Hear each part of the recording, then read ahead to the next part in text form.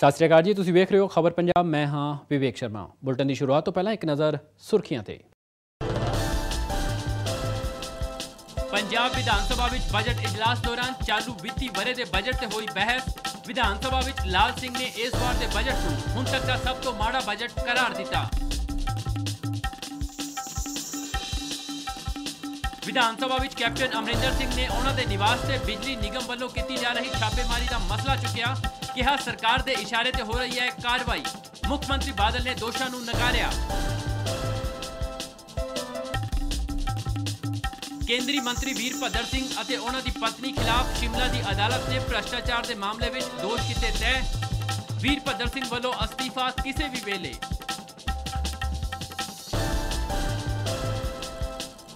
Indian medical association ਦੇ ਸੱਦੇ ਤੇ ਦੇਸ਼ ਭਰ ਵਿੱਚ ਡਾਕਟਰਾਂ ਨੇ ਕੇਂਦਰ ਵੱਲੋਂ ਲਾਗੂ ਕੀਤੇ ਨਵੇਂ ਕਾਨੂੰਨ ਖਿਲਾਫ ਦਿੱਤਾ ਧਰਨਾ। ਨਵਾਂ ਕਾਨੂੰਨ ਵਾਪਸ ਲੈਣ ਦੀ ਕੀਤੀ ਮੰਗ।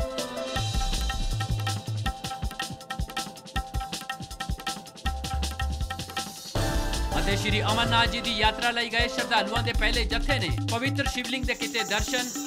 ਜੈਕਾਰਿਆਂ ਨਾਲ ਗੂੰਜ ਉੱਠਿਆ ਆਸਮਾਨ।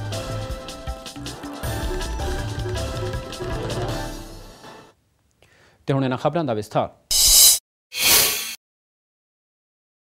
ਸੋਮਵਾਰ ਨੂੰ ਪੰਜਾਬ ਵਿਧਾਨ ਸਭਾ ਦੇ ਬਜਟ ਇਜਲਾਸ ਦੌਰਾਨ ਪ੍ਰਸ਼ਨ ਕਾਲ ਤੋਂ ਬਾਅਦ 0 ਆਵਰ ਅਤੇ ਫਿਰ ਬਜਟ ਤੇ ਬਹਿਸ ਸ਼ੁਰੂ ਹੋਈ। ਜਿਸ ਤਰ੍ਹਾਂ ਦਾ ਅੰਦਾਜ਼ਾ ਸੀ ਉਸੇ ਮੁਤਾਬਿਕ ਵਿਰੋਧੀ ਧਿਰ ਕਾਂਗਰਸ ਨੇ ਬਹਿਸ ਦੌਰਾਨ ਸੂਬਾ ਸਰਕਾਰ ਨੂੰ ਵੱਖ-ਵੱਖ ਮੁੱਦਿਆਂ ਅਤੇ ਵਿੱਤ ਮੰਤਰੀ ਢੀਂਡਸਾ ਵੱਲੋਂ ਪੇਸ਼ ਕੀਤੇ ਗਏ ਬਜਟ ਨੂੰ ਦਿਸ਼ਾਹੀਨ ਕਰਾਰ ਦਿੰਦਿਆਂ ਘੇਰਨ ਦੀ ਕੋਸ਼ਿਸ਼ ਕੀਤੀ।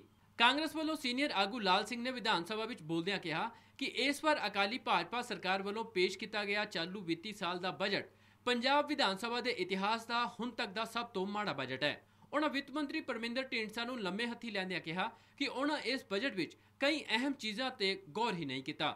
ਨਾਲ ਹੀ ਉਹਨਾਂ ਪੰਜਾਬ ਸਰਕਾਰ ਵੱਲੋਂ ਜਾਇਦਾਦ ਟੈਕਸ ਅਤੇ ਹੋਰ ਟੈਕਸ ਜਨਤਾ ਤੇ ਲਗਾਏ ਜਾਣ ਦੀਆਂ ਸੰਭਾਵਨਾਵਾਂ ਦੀ ਵੀ ਨਿਖੇਧੀ ਕੀਤੀ।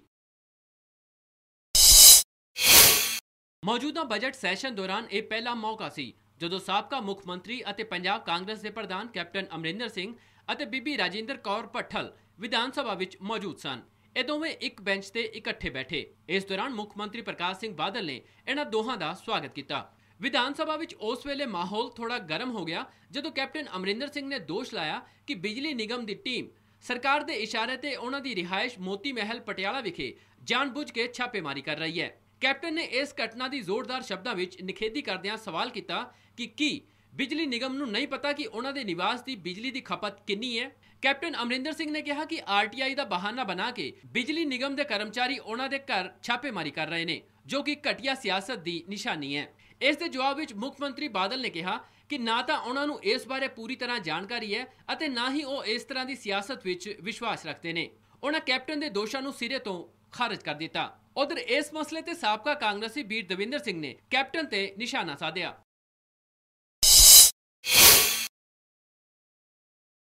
ਸ਼ਿਮਲਾ ਕੋਰਟ ਵੱਲੋਂ ਕੇਂਦਰੀ ਮੰਤਰੀ ਵੀਰਭੱਦਰ ਸਿੰਘ ਤੇ ਦੋਸ਼ ਤੈਅ ਕੀਤੇ ਜਾਣ ਤੋਂ ਬਾਅਦ ਵਿਰੋਧੀ ਪਾਰਟੀਆਂ ਨੇ ਕਾਂਗਰਸ ਅਤੇ ਵੀਰਭੱਦਰ ਤੇ ਹਮਲੇ ਤੇਜ਼ ਕਰ ਦਿੱਤੇ ਨੇ। ਭਾਰਤੀ ਜਨਤਾ ਪਾਰਟੀ ਨੇ ਵੀਰਭੱਦਰ ਸਿੰਘ ਉੱਪਰ ਭ੍ਰਸ਼ਟਾਚਾਰ ਦੇ ਦੋਸ਼ ਤੈਅ ਹੋਣ ਤੋਂ ਬਾਅਦ ਉਹਨਾਂ ਨੂੰ ਕੈਬਨਿਟ ਤੋਂ ਬਾਹਰ ਕਰਨ ਦੀ ਮੰਗ ਪ੍ਰਧਾਨ ਮੰਤਰੀ ਤੋਂ ਕੀਤੀ ਹੈ ਅਤੇ ਭਾਜਪਾ ਆਗੂਆਂ ਨੇ ਤਾਂ ਵੀਰਭੱਦਰ ਸਿੰਘ ਨੂੰ ਕਾਂਗਰਸ ਪਾਰਟੀ ਤੋਂ ਹੀ ਮੁਅੱਤਲ ਕਰਨ ਦੀ ਜ਼ੋਰਦਾਰ ਮੰਗ ਕੀਤੀ ਹੈ। ਉਧਰ ਇਸ ਵਿਚਾਲੇ ਵੀਰਭੱਦਰ ਸਿੰਘ ਨੇ ਕਿਹਾ ਕਿ ਜੇਕਰ ਜ਼ਰੂਰਤ ਪਈ ਤਾਂ ਉਹ ਕੇਂਦਰੀ ਮੰਤਰੀ ਦੇ ਅਹੁਦੇ ਤੋਂ ਅਸਤੀਫਾ ਦੇ ਦੇਣਗੇ। ਦੱਸਣਯੋਗ ਹੈ ਕਿ ਸ਼ਿਮਲਾ ਕੋਰਟ ਨੇ ਭ੍ਰਸ਼ਟਾਚਾਰ ਦੇ ਮਾਮਲੇ ਵਿੱਚ ਵੀਰਭੱਦਰ ਸਿੰਘ ਦੀ ਪਤਨੀ ਤੇ ਵੀ ਦੋਸ਼ ਤੈਅ ਕੀਤੇ ਨੇ।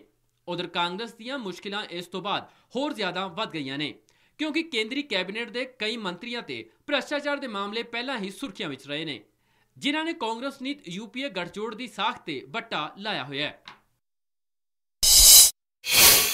ਇੱਕ ਵਾਰ ਫਿਰ ਯੂਪੀਏ ਸਰਕਾਰ ਦੇ ਇੱਕ ਮੰਤਰੀ ਤੇ ਭ੍ਰਸ਼ਟਾਚਾਰ ਦੇ ਦੋਸ਼ ਲੱਗੇ ਨੇ। ਕੇਂਦਰੀ ਮੰਤਰੀ ਵੀਰਭੱਦਰ ਸਿੰਘ ਦੇ ਖਿਲਾਫ ਸ਼ਿਮਲਾ ਦੀ ਇੱਕ ਅਦਾਲਤ ਨੇ ਭ੍ਰਸ਼ਟਾਚਾਰ ਦਾ ਮਾਮਲਾ ਚਲਾਉਣ ਦੇ ਹੁਕਮ ਦਿੱਤੇ ਨੇ। ਖਬਰਾਂ ਦੇ ਮੁਤਾਬਿਕ ਵੀਰਭੱਦਰ ਸਿੰਘ ਤੇ ਦੋਸ਼ ਹੈ ਕਿ ਉਹਨਾਂ ਨੇ ਕਾਰੋਬਾਰੀਆਂ ਤੋਂ ਗੈਰ ਕਾਨੂੰਨੀ ਤਰੀਕੇ ਨਾਲ ਪੈਸੇ ਲਏ ਸੀ। ਦੱਸਿਆ ਜਾ ਰਿਹਾ ਹੈ ਕਿ ਇਹ ਮਾਮਲਾ 2009 ਦਾ ਹੈ, ਜਦੋਂ ਕਾਂਗਰਸ ਦੇ ਹੀ ਇੱਕ ਸਾਬਕਾ ਮੰਤਰੀ ਨੇ ਇੱਕ ਸੀਡੀ ਰਿਲੀਜ਼ ਕੀਤੀ ਸੀ, ਜਿਸ ਵਿੱਚ ਇੱਕ ਅਧਿਕਾਰੀ ਨਾਲ ਪੈਸੇ ਦੇ ਲੈਣ ਦੇਣ ਦੀ ਗੱਲਬਾਤ ਕਰਦੇ ਹੋਏ ਕੇਂਦਰੀ ਮੰਤਰੀ ਵੀਰਭੱਦਰ ਸਿੰਘ ਦੀ ਆਵਾਜ਼ ਰਿਕਾਰਡ ਕੀਤੀ ਗਈ ਸੀ, ਜਿਸ ਦੇ ਬਾਅਦ ਹਿਮਾਚਲ ਵਿਜੀਲੈਂਸ ਵਿਭਾਗ ਨੇ FIR ਦਰਜ ਕੀਤੀ ਅਤੇ ਸੀਡੀ ਦੀ ਫੋਰੈਂਸਿਕ ਜਾਂਚ ਕਰਵਾਈ। ਜਾਣਕਾਰੀ ਦੇ ਮੁਤਾਬਿਕ ਸੀਡੀ 'ਚ ਵੀਰਭੱਦਰ ਸਿੰਘ ਸਣੇ ਸਾਰੇ ਦੋਸ਼ੀਆਂ ਦੀ ਆਵਾਜ਼ ਮੇਲ ਖਾ ਗਈ, ਜਿਸ ਦੇ ਬਾਅਦ ਵੀਰਭੱਦਰ ਸਿੰਘ ਨੇ ਇਸ ਮਾਮਲੇ ਦੀ ਜਾਂਚ CBI ਨੂੰ ਸੌਂਪਣ ਦੇ ਲਈ ਹਿਮਾਚਲ ਹਾਈ ਕੋਰਟ 'ਚ ਅਰਜ਼ੀ ਦਾਖਲ ਕੀਤੀ, ਜਿਸ ਨੂੰ ਖਾਰਜ ਕਰ ਦਿੱਤਾ ਗਿਆ ਅਤੇ ਹੁਣ ਸ਼ਿਮਲਾ ਦੀ ਕੋਰਟ ਨੇ ਸਾਫ਼ ਕਰ ਦਿੱਤਾ ਹੈ ਕਿ ਵੀਰਭੱਦਰ ਸਿੰਘ ਦੇ ਖਿਲਾਫ ਭ੍ਰਿਸ਼ਟਾਚਾਰ ਵਿਰੋਧੀ ਕਾਨੂੰਨ ਦੇ ਤਹਿਤ ਕੇਸ ਚੱਲੇਗਾ। ਮੰਨਿਆ ਜਾ ਰਿਹਾ ਹੈ ਕਿ ਵੀਰਭੱਦਰ ਸਿੰਘ ਦੇ ਖਿਲਾਫ ਕੇਸ ਚਲਾਏ ਜਾਣ ਦੇ ਕੋਰਟ ਦੇ ਆਦੇਸ਼ ਤੋਂ UPA ਨੂੰ ਤਗੜਾ ਝਟਕਾ ਲੱਗਿਆ ਹੈ।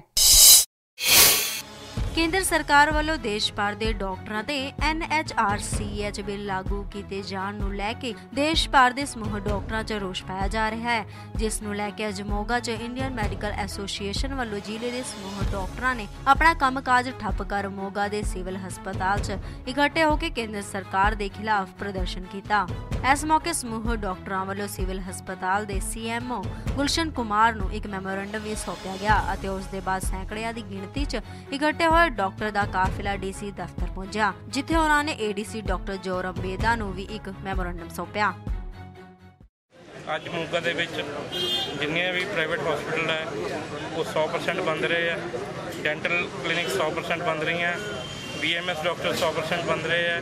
ਸਰਕਾਰੀ ਹਸਪਤਾਲ ਦੇ ਡਾਕਟਰਸ ਨੇ ਵੀ ਸਾਡੇ ਨਾਲ 2 ਘੰਟੇ ਆਪਦਾ ਪ੍ਰੈਕਟਿਸ ਬੰਦ ਕਰਕੇ ਸਾਨੂੰ ਜਿੰਨਾ ਸਹਿਯੋਗ ਉਹ ਦੇ ਸਕਦੇ ਸੀ ਉਹਨਾਂ ਨੇ ਦਿੱਤਾ। ਇਹ ਜਿਹੜਾ ਬੰਦ ਸਾਨੂੰ ਕਰਨਾ ਪਿਆ ਇਹ ਕੇਂਦਰ ਸਰਕਾਰ ਦੀਆਂ ਕਾਲੀਆਂ ਨੀਤੀਆਂ ਬਿਨਾਂ ਸੋਚੇ ਸਮਝੇ, ਬਿਨਾਂ ਸਾਨੂੰ ਪੁੱਛੇ ਦੱਸੇ ਜਿਹੜੇ ਬਿੱਲ ਦੇ ਉੱਤੇ ਬਿੱਲ ਪਾਸ ਕਰੀ ਜਾ ਰਹੀ ਹੈ ਉਹਨਾਂ ਦੇ ਵਿਰੋਧ 'ਚ ਕੀਤਾ ਗਿਆ। ਰੁਪਏ ਦੀ ਡਿੱਗਦੀ ਹਾਲਤ ਨੂੰ ਸੁਧਾਰਨ ਲਈ ਆਖਰਕਾਰ ਸੋਮਵਾਰ ਨੂੰ ਭਾਰਤੀ ਰਿਜ਼ਰਵ ਬੈਂਕ ਨੇ ਕਈ ਅਹਿਮ ਕਦਮ ਚੁੱਕੇ, ਜਿਸ ਤਹਿਤ ਸਰਕਾਰੀ ਬੌਂਡਸ ਵਿੱਚ ਨਿਵੇਸ਼ ਕਰਨ ਦੀ ਹੱਦ ਨੂੰ ਪਹਿਲਾਂ ਨਾਲੋਂ ਵਧਾ ਦਿੱਤਾ ਗਿਆ ਹੈ। ਕਰਜ਼ੇ ਦੀ ਹੱਦ $10 ਅਰਬ ਤੱਕ ਕਰ ਦਿੱਤੀ ਗਈ ਹੈ। ਰਿਜ਼ਰਵ ਬੈਂਕ ਆਫ ਇੰਡੀਆ ਨੇ ਇਹ ਸਭ ਦੇਸ਼ ਦੀ ਡਿੱਗਦੀ ਅਰਥ ਵਿਵਸਥਾ ਨੂੰ ਸੁਧਾਰਨ ਲਈ ਕੀਤਾ ਹੈ ਅਤੇ ਸਭ ਤੋਂ ਖਾਸ ਗੱਲ ਇਹ ਹੈ ਕਿ ਵਿਦੇਸ਼ੀ ਬੈਂਕਾਂ ਨੂੰ ਨਿਵੇਸ਼ ਦੀ ਇਜਾਜ਼ਤ ਦੇ ਦਿੱਤੀ ਗਈ ਹੈ, ਜੋ ਕਿ ਪਹਿਲਾਂ ਨਹੀਂ ਸੀ। ਉਧਰ ਵਿਦੇਸ਼ੀ ਬੈਂਕਾਂ ਨੂੰ ਨਿਵੇਸ਼ ਕਰਨ ਦੀ ਆਗਿਆ ਦਾ ਵਿਰੋਧੀ ਧਿਰਾਂ ਅਤੇ ਆਰਥਿਕ ਮਾਹਿਰਾਂ ਨੇ ਤਿੱਖਾ ਵਿਰੋਧ ਕੀਤਾ ਹੈ। ਮਾਹਿਰਾਂ ਦਾ ਕਹਿਣਾ ਹੈ ਕਿ RBI ਦੇ ਇਹਨਾਂ ਕਦਮਾਂ ਨਾਲ ਥੋੜਾ ਬਹੁਤ ਅਸਰ ਜ਼ਰੂਰ ਹੋ ਸਕਦਾ ਹੈ, ਪਰ ਦੀਰਘਕਾਲੀ ਸੁਧਾਰਾਂ ਲਈ RBI ਨੂੰ ਕੁਝ ਹੋਰ ਠੋਸ ਉਪਰਾਲੇ ਕਰਨੇ ਚਾਹੀਦੇ ਸਨ ਤਾਂ ਜੋ ਦੇਸ਼ ਦੀ ਅਰਥ ਵਿਵਸਥਾ ਮੁੜ ਲੀਹ ਤੇ ਆ ਸਕੇ ਅਤੇ 8 ਤੋਂ 9% ਦੀ ਵਿਕਾਸ ਦਰ ਨੂੰ ਪਾਇਆ ਜਾ ਸਕੇ।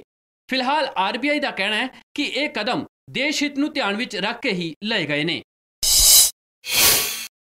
26/11 ਹਮਲੇ 'ਚ ਅਹਿਮ ਰੋਲ ਨਿਭਾਉਣ ਦੇ ਦੋਸ਼ੀ ਆਤੰਕਵਾਦੀ ਅਬੂ ਹਮਜ਼ਾ ਉਰਫ ਰਿਆਸਤ ਅਲੀ ਨੂੰ ਦਿੱਲੀ ਪੁਲਿਸ ਦੀ ਸਪੈਸ਼ਲ ਸੈੱਲ ਨੇ ਗ੍ਰਿਫਤਾਰ ਕਰ ਲਿਆ ਹੈ। ਸੈੱਲ ਨੇ ਉਸ ਨੂੰ IGI 에ਅਰਪੋਰਟ ਤੋਂ ਗ੍ਰਿਫਤਾਰ ਕੀਤਾ ਹੈ। ਅਬੂ ਦੇ ਇੰਡੀਅਨ ਮੁਜਾਹਿਦੀਨ ਅਤੇ ਲਸ਼ਕਰ-ਏ-ਤੌਇਬਾ ਦੇ ਨਾਲ ਸੰਬੰਧ ਦੱਸੇ ਜਾ ਰਹੇ ਨੇ। ਸੂਤਰਾਂ ਦਾ ਆਖਣਾ ਹੈ ਕਿ ਕਈ ਏਜੰਸੀਆਂ ਅਬੂ ਦੀ ਸਰਗਰਮੀ ਤੋਂ ਤਲਾਸ਼ ਕਰ ਰਹੀਆਂ ਸੀ। ਸਪੈਸ਼ਲ ਸੈੱਲ ਨੇ 2 ਜੂਨ 2012 ਨੂੰ ਉਸ ਦੇ ਨਾਮ ਗੈਰ ਜ਼ਮਾਨਤੀ ਵਾਰੰਟ ਜਾਰੀ ਕਰਾਏ ਸਨ। ਪੁਲਿਸ ਨੂੰ ਸੂਚਨਾ ਮਿਲੀ ਸੀ ਕਿ ਅਬੂ IGI 에ਅਰਪੋਰਟ ਆਉਣ ਵਾਲਾ ਹੈ। ਇਸ ਸੂਚਨਾ ਦੇ ਆਧਾਰ ਤੇ ਪੁਲਿਸ ਦੀ ਟੀਮ ਨੇ 에ਅਰਪੋਰਟ ਦੇ ਨੇੜੇ-ਤੇੜੇ ਆਪਣਾ ਜਾਲ ਵਿਛਾ ਕੇ ਇੱਕ ਸੰਦਿਗਧ ਵਿਅਕਤੀ ਨੂੰ ਗ੍ਰਿਫਤਾਰ ਕੀਤਾ। ਪੁੱਛਗਿੱਛ ਵਿੱਚ ਪਕੜੇ ਗਏ ਸ਼ਖਸ ਦੀ ਪਛਾਣ ਅਬੂ ਹਮਜ਼ਾ ਉਰਫ ਰਿਆਸਤ ਅਲੀ ਵਜੋਂ ਹੋਈ ਹੈ। ਸੂਤਰਾਂ ਦਾ ਆਖਣਾ ਹੈ ਕਿ ਉਸ ਦੇ ਕਬਜ਼ੇ 'ਚੋਂ ਪਾਕਿਸਤਾਨੀ ਪਾਸਪੋਰਟ ਦੇ ਇਲਾਵਾ ਹੋਰ ਦਸਤਾਵੇਜ਼ ਵੀ ਬਰਾਮਦ ਹੋਏ ਨੇ। ਗ੍ਰਿਫਤਾਰੀ ਦੇ ਬਾਅਦ ਸਪੈਸ਼ਲ ਸੈੱਲ ਨੇ ਅਬੂ ਹਮਜ਼ਾ ਨੂੰ 30 ਹਜ਼ਾਰੀ ਕੋਰਟ 'ਚ chief metropolitan magistrate Vinod Yadav ਦੀ ਅਦਾਲਤ 'ਚ ਪੇਸ਼ ਕੀਤਾ। ਕੋਰਟ ਨੇ ਅਬੂ ਨੂੰ 5 ਜੁਲਾਈ ਤੱਕ ਰਿਮਾਂਡ ਤੇ ਭੇਜ ਦਿੱਤਾ ਹੈ। ਸੂਤਰਾਂ ਨੇ ਦੱਸਿਆ ਹੈ ਕਿ ਉਹ ਮੂਲ ਰੂਪ ਤੋਂ ਮਹਾਰਾਸ਼ਟਰ ਦਾ ਹੀ ਰਹਿਣ ਵਾਲਾ ਹੈ, ਇਸ ਲਈ ਉਸ ਨੂੰ ਮਹਾਰਾਸ਼ਟਰ ਦੀ ਚੰਗੀ ਖਾਸੀ ਜਾਣਕਾਰੀ ਹੈ। ਉਹ ਪਾਕਿਸਤਾਨ 'ਚ ਆਪਣੇ ਸਾਥੀਆਂ ਦੇ ਨਾਲ TV 'ਚ ਪੂਰੇ ਆਪਰੇਸ਼ਨ ਨੂੰ ਵੇਖ ਕੇ ਵਿੱਚ ਵਿਚਾਲੇ ਕਸਾਬ ਅਤੇ ਉਸ ਦੇ ਸਾਥੀਆਂ ਨੂੰ ਹਿੰਦੀ 'ਚ ਨਿਰਦੇਸ਼ ਦੇ ਰਿਹਾ ਸੀ। ਦੱਸਿਆ ਗਿਆ ਹੈ ਕਿ ਇਸੇ ਨੇ ਕਸਾਬ ਸਣੇ ਹੋਰ ਆਤੰਕਵਾਦੀਆਂ ਨੂੰ ਹਿੰਦੀ ਸਿਖਾਈ ਸੀ।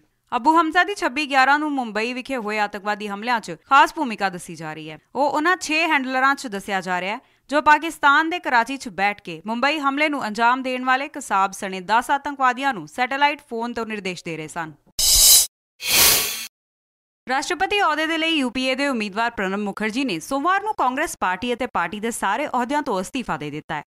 ਇਹ ਅਸਤੀਫਾ ਉਹਨਾਂ ਨੇ ਕਾਂਗਰਸ ਪ੍ਰਧਾਨ ਸੋਨੀਆ ਗਾਂਧੀ ਨੂੰ ਨਵੀਂ ਦਿੱਲੀ ਵਿਖੇ ਸੌਂਪਿਆ, ਜਿਸ ਨੂੰ ਉਹਨਾਂ ਨੇ ਮਨਜ਼ੂਰ ਕਰ ਲਿਆ। ਇਸ ਤੋਂ ਬਾਅਦ ਕਾਂਗਰਸ ਪ੍ਰਧਾਨ ਅਤੇ ਪਾਰਟੀ ਦੇ ਸੀਨੀਅਰ ਆਗੂਆਂ ਨੇ ਪ੍ਰਣਬ ਮੁਖਰਜੀ ਨੂੰ ਵਿਦਾਇਗੀ ਪਾਰਟੀ ਦਿੱਤੀ। ਇਸ ਦੌਰਾਨ ਕਾਂਗਰਸ ਪ੍ਰਧਾਨ ਸੋਨੀਆ ਗਾਂਧੀ ਨੇ ਕਿਹਾ ਕਿ ਪ੍ਰਣਬ ਮੁਖਰਜੀ ਜਿਹੇ ਸੂਝਵਾਨ ਸਿਆਸੀ ਆਗੂ ਦੀ ਕਮੀ ਹਮੇਸ਼ਾ ਰਹੇਗੀ, ਪਰ ਜਿਹੜੀ ਜ਼ਿੰਮੇਵਾਰੀ ਉਹਨਾਂ ਤੇ ਪੈਣ ਜਾ ਰਹੀ ਹੈ ਉਹ ਉਸ ਨੂੰ ਬਖੂਬੀ ਨਿਭਾਉਣਗੇ। ਅਜਿਹੀ ਸਮੂਹ ਕਾਂਗਰਸ ਦੀ ਕਾਮਨਾ ਹੈ। ਪ੍ਰਣਬ ਵੱਲੋਂ ਪਾਰਟੀ ਤੋਂ ਅਸਤੀਫਾ ਦੇਣ ਤੋਂ ਬਾਅਦ ਹੁਣ ਉਹਨਾਂ ਵੱਲੋਂ ਰਾਸ਼ਟਰਪਤੀ ਚੋਣ ਦੇ ਲਈ ਉਮੀਦਵਾਰ ਵਜੋਂ ਕਾਗਜ਼ ਭਰਨ ਦਾ ਰਾਹ ਸਾਫ਼ ਹੋ ਗਿਆ।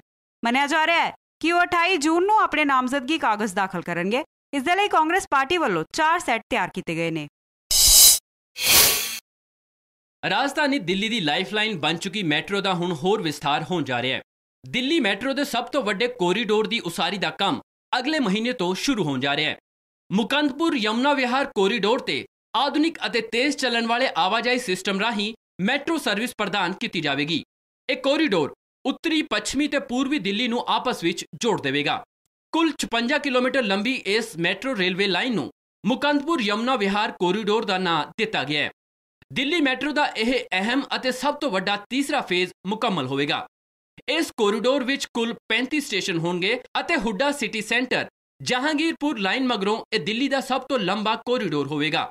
ਇਸ ਕੋਰੀਡੋਰ ਦੀ ਉਸਾਰੀ ਲਈ ਦਿੱਲੀ ਮੈਟਰੋ ਨੇ 3 ਕੰਟਰੈਕਟ ਜਿਹੜੀਆਂ ਕੰਪਨੀਆਂ ਨੂੰ ਦਿੱਤੇ ਨੇ, ਉਹਨਾਂ ਵਿੱਚ ਲਾਰਸਨ ਅਤੇ ਟੁਰਬੋ, FEMC ਪ੍ਰਤਿਭਾ ਜੁਆਇੰਟ ਵੈਂਚਰ ਅਤੇ CEC CICI ਜੁਆਇੰਟ ਵੈਂਚਰ ਸ਼ਾਮਲ ਨੇ। ਦਿੱਲੀ ਮੈਟਰੋ ਦੇ ਇੱਕ ਬੁਲਾਰੇ ਅਨੁਸਾਰ ਇਸ ਕੋਰੀਡੋਰ ਦੇ ਕੰਮ ਦੀ ਸ਼ੁਰੂਆਤ ਮੋਤੀਬਾਗ ਇਲਾਕੇ ਤੋਂ ਹੋਵੇਗੀ ਅਤੇ ਇਹ ਦਿੱਲੀ ਮੈਟਰੋ ਦੀ 7ਵੀਂ ਰੇਲ ਲਾਈਨ ਹੈ ਜੋ Delhi university, GT Karnal road, Wazirpur ਸਨਅਤੀ ਇਲਾਕਾ, south extension market, Netaji Subhash palace ਤੇ ਯਮੁਨਾ ਵਿਹਾਰ ਨੂੰ ਆਪਸ ਵਿੱਚ ਜੋੜੇਗਾ। ਦੱਸਣਯੋਗ ਹੈ ਕਿ ਦਿੱਲੀ ਮੈਟਰੋ ਨੂੰ ਭਾਰੀ ਸਫਲਤਾ ਮਿਲ ਰਹੀ ਹੈ ਅਤੇ ਇਹ ਮੁਨਾਫਾ ਖੱਟ ਰਹੀ ਹੈ। ਅਲੀਗੜ੍ਹ ਵਿਖੇ ਮਾਹੀ ਦਾ ਅੰਤਿਮ ਸੰਸਕਾਰ ਕਰ ਦਿੱਤਾ ਗਿਆ। ਸੋਸ਼ਲ ਵੈਬਸਾਈਟਾਂ ਤੇ ਲੋਕਾਂ ਨੇ ਪ੍ਰਸ਼ਾਸਨ ਪ੍ਰਤੀ ਨਾਰਾਜ਼ਗੀ ਜ਼ਾਹਰ ਕੀਤੀ ਹੈ। ਉਧਰ ਘਟਨਾ ਲਈ ਬਿਗ ਬੀ ਨੇ ਵਿਵਸਥਾ ਨੂੰ ਲੰਮੇ ਹੱਥੀ ਲਿਆ। ਉਧਰ ਕੱਲ ਮਾਹੀ ਦਾ ਅੰਤਿਮ ਸੰਸਕਾਰ ਕਰ ਦਿੱਤਾ ਗਿਆ। ਖਬਰ ਪੰਜਾਬ 'ਚ ਖਬਰਾਂ ਹਾਲੇ ਬਾਕੀ ਨੇ। ਫਿਲਹਾਲ ਰੁਕਾਂਗੇ ਕਮਰਸ਼ੀਅਲ ਬ੍ਰੇਕ ਲਈ।